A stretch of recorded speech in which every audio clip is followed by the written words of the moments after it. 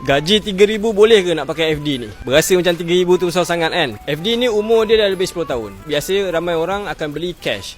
Katalah kita ni memang dah lama simpan duit, so kita beli kereta ni cash. Tapi kita kena tahu, sebab umur dia dah 10 tahun, ada part-part yang memang dah sampai dia punya jangka hayat. Extrakan dalam 5,000 untuk buat balik kereta ni bagi sedap. Itu kalau condition dia okey. Kereta lama mileage tinggi kita tak tahu. Kalau banyak problem, nak buat kasih sedap balik, sedap-sedap 10,000 pun tak cukup.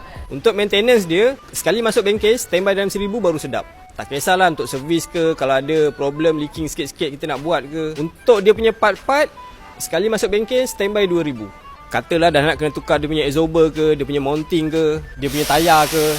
Okey lagi kan, kos beli FD. Dia yang tak okey ni kalau tiba-tiba dandan tu datang. Dandan tu lah tayar botak, road tag mati, kereta rosak. Kena buah tu memang terkedu. Macam mana? Okey tak gaji 3,000 nak pakai FD? Korang komen lah dekat bawah. Share sekali kat kawan-kawan yang nak beli FD ni, biar dia sambung pening fikir.